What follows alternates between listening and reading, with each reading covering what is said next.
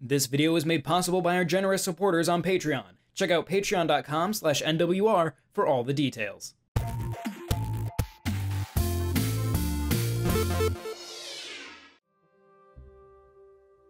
Youropa was revealed all the way back in August of 2019 for the Nintendo Switch. The puzzle game was part of an Indie World presentation, and I even got to play around with it at Gamescom that year.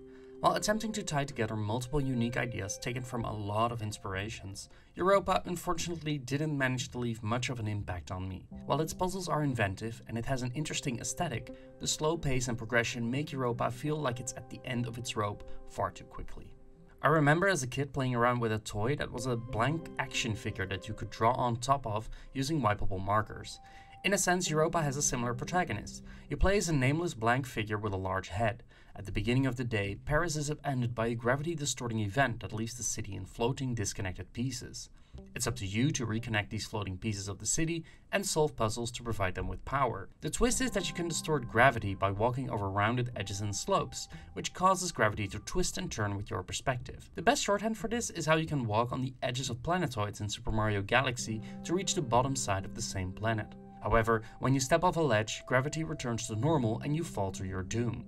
Aside from this being the main mechanic, each district has its own set of puzzles and mechanics to give you new abilities to explore these floating rocks. If you're into physics-based puzzle games like Portal, the Talos Principle, or the Turing Test, Youropa is probably a game you'll love playing around with. As much as most puzzles boil down to provide power to switch or open a door by placing an object on a button, the gravity mechanic always feels engaging and required to solve these puzzles.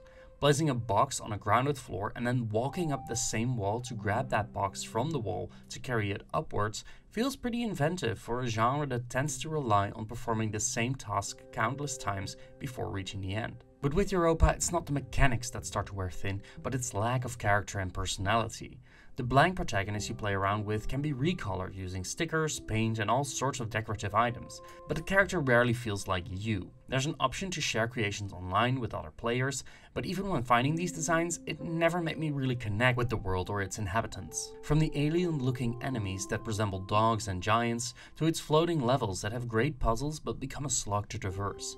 The movement is slow, and this makes puzzles feel like they take far longer than they need to, especially when more physics-based puzzles come around the corner and you're required to line up items with the right angle before kicking or tossing them across edges. The game also employs frequent game overs, meaning that you often have to restart levels when enemies push you off the edge and have to start at the last door you've accessed. It's not bad per se, but it tended to wear me down quickly while playing the game. What I did find interesting were the many hidden collectibles in each level and their unlocks. If you find 3 mixtapes in each level, you get additional parts.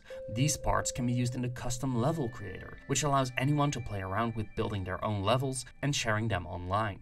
It's a surprisingly extensive level editor, and there's quite a bit of attention put into learning of how you can combine and extend levels to create full worlds. It's great that the game is about inspiring collaboration, sharing, and creating a world together, but it wasn't a particular aspect of the game that enticed me, mainly because I think most levels already do a great enough job of exploring the game's mechanics, and I didn't feel like tossing my own hat into the ring because of that sluggish pacing. Thankfully, the game runs good enough on Switch. While not a locked frame rate, the game uses some nice shaders and lighting effects that make it stand out from the rest. It's just a shame that your weird avatar will probably look very out of place among the photorealistic textures of the Parisian streets and objects.